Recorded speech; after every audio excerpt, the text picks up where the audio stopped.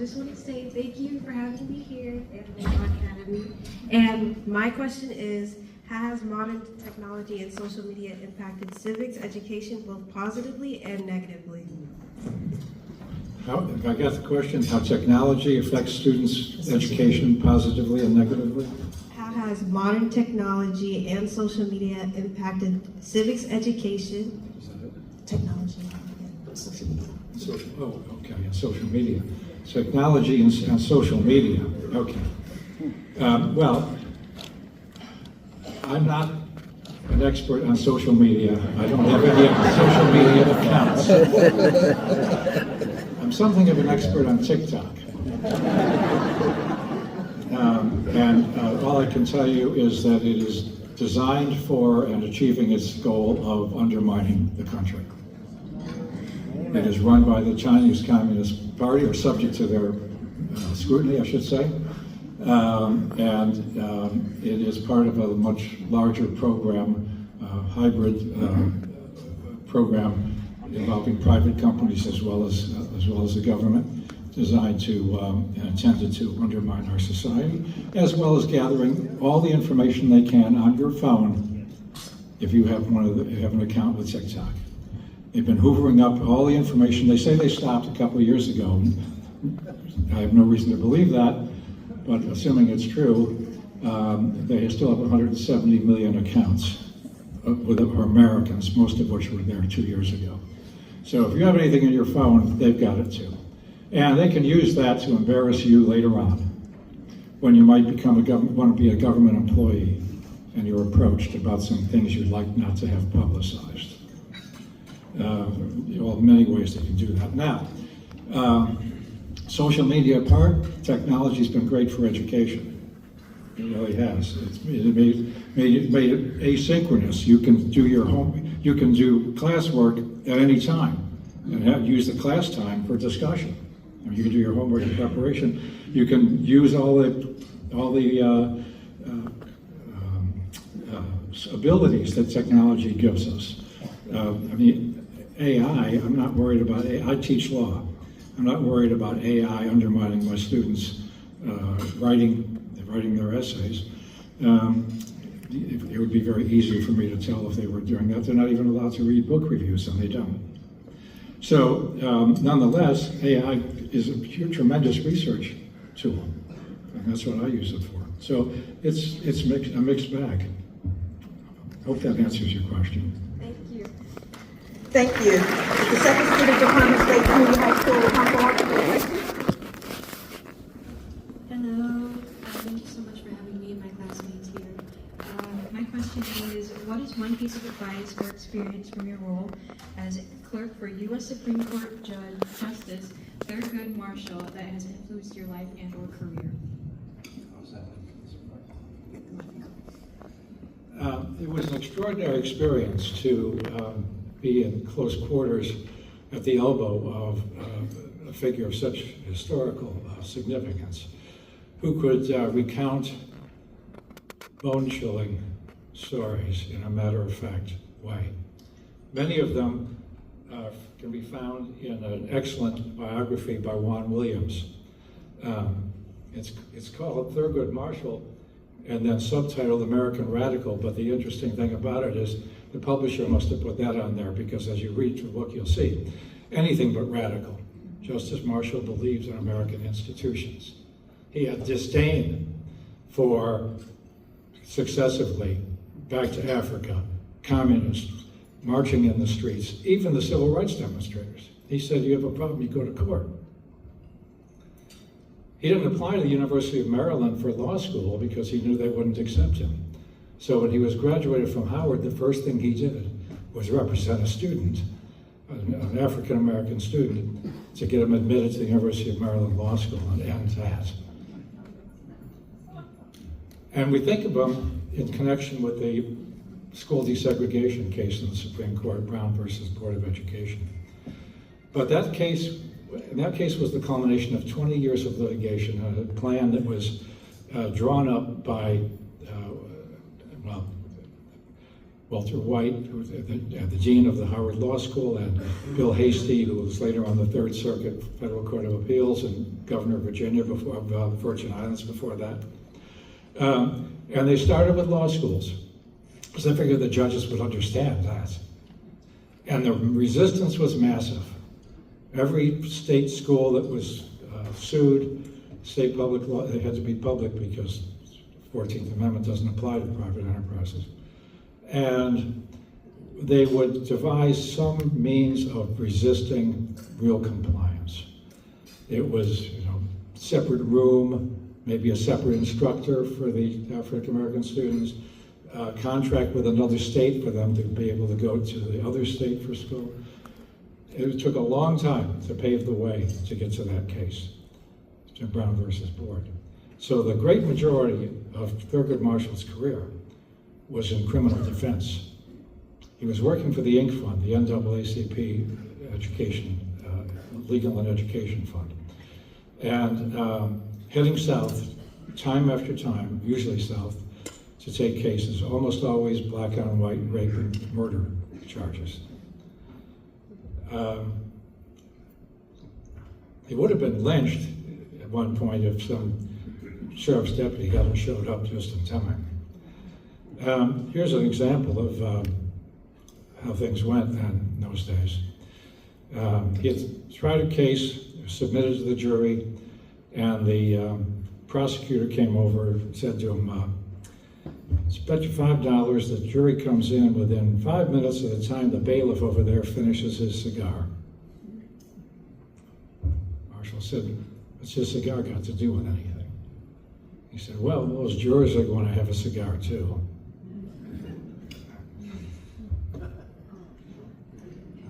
So anyway, it was an extraordinary experience. I wish everyone. But anyway, the book is worth reading, and there is a one-person stage show by Lawrence. What's his last name? Lawrence Fishburne. Thank you, great actor, who just tells stories. And if you get an opportunity to see that, his former law clerks put money in for that show to come to fruition. I saw it on Broadway, and I hope whenever Fishburne's between movies or plays that he just does that wherever he happens to be. I think he does. So anyway, that's it. That's my story. Thank you so much.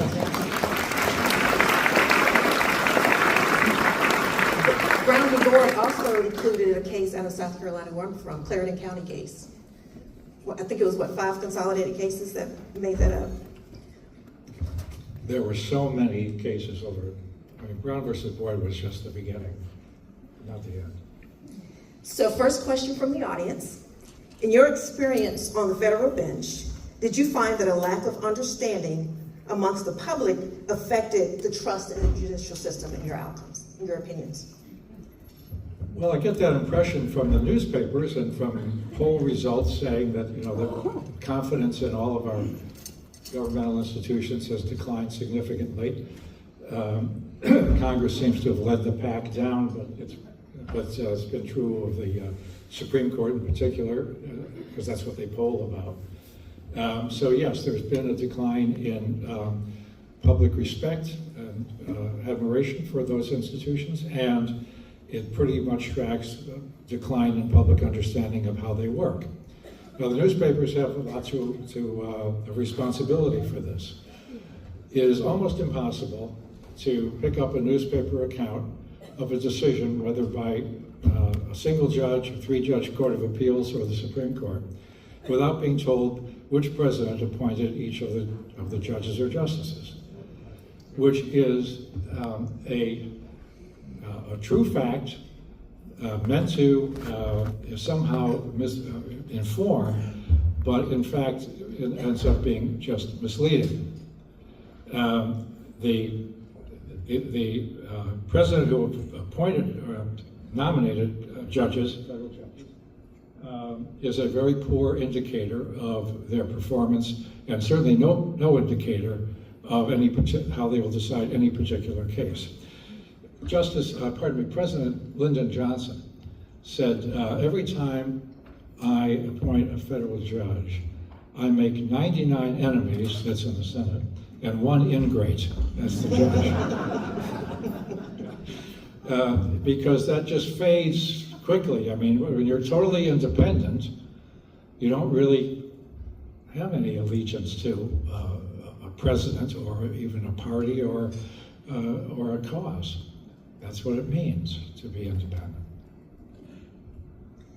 And you mentioned this earlier, the fact that the Constitution was built on compromises, the 3/5 compromise, the slave trade clause, and the creation of the Electoral College.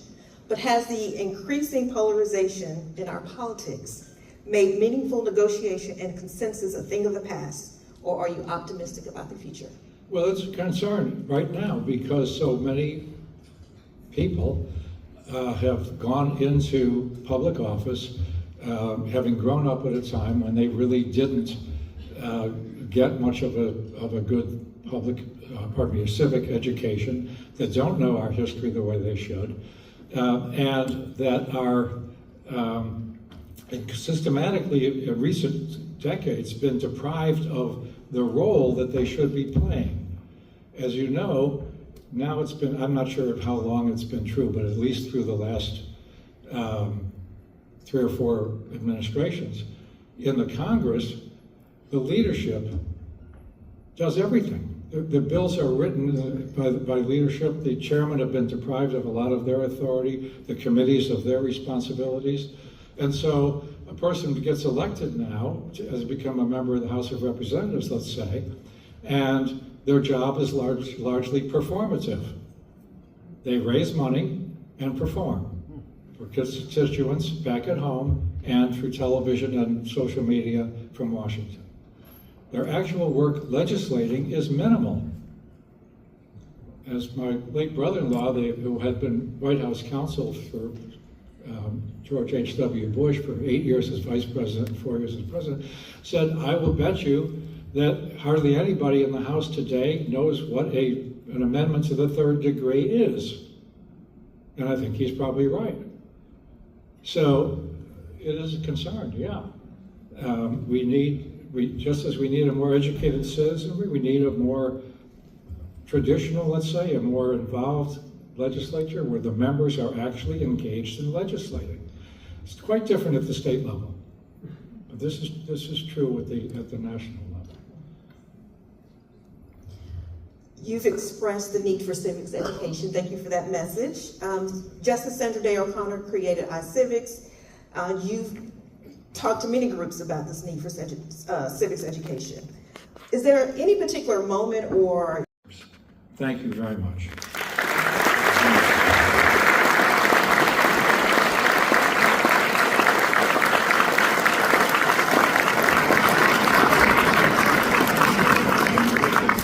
So there's some questions on the way. In history, to take a course in American history, a straight narrative course in American history. How about the University of North Carolina, Chapel Hill, University of Michigan, the usual West Coast troika, UCLA, USC, and Stanford. UCLA, Berkeley, and Stanford. The Ivy League troika, Harvard, Princeton, Yale. When Gordon Wood retired from teaching 2 or 3 years ago at Brown, there was no further no one teaching a straight American history course again at Brown.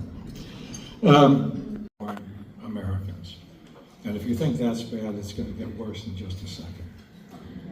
A poll by the Rand Corporation in 2000 found that 4 out of 5 social studies teachers in our public schools felt inadequately prepared to teach civics. 4 out of 5 in social studies. Why? Well, probably because they didn't have it in school themselves. At this point, most of the people who are teaching were graduated from college in or after that period when everything turned down and never were educated in civics. So they turn in large numbers to things like Howard Zinn's Marxist tracts of people's history of the United States, or the 1619 Project, which respectively, in the case of Zinn, treat socialism I'm quoting here, a popular positive idea that got a bad name from the association with the Soviet Union. Poor socialism. Got a bad name. Just the year before, or 2 years before. So things are bad and they are getting worse. Now, we shouldn't be whitewashing our past, and I don't know anybody who really wants to do that, but nor should we be maligning our past, as some do, seeing history solely with the distorting lens of the present, which yields a very warped review. In 1776, slavery was legal in the United States. And in 1776, slavery or some form of serfdom was legal in every nation on earth. Today, there are fewer than 1% of the world's people that are enslaved, but there's still almost 1%. The largest single offender, if you're interested, is North Korea. The drive to abolish slavery flowed from the fundamental truths of liberty and equality as expressed in our Declaration of Independence. So important, so motivating, those ideas, the consent of the governed, liberty and equality, that our Declaration of Independence is referred to in more than 120 founding documents of 120 different nations around the world. The Declaration of the Independence of Vietnam, signed by Ho Chi Minh on the day after the surrender of the Japanese, 1945, quotes all of our natural rights. It's the whole paragraph.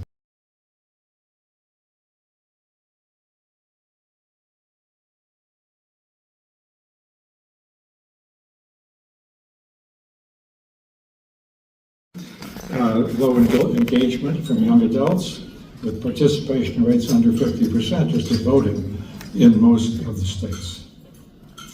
In 1992, the Carnegie Foundation published the Civic Mission of Schools. And if I can find out how to do this, I'm going to show you, well, there you've got this chart.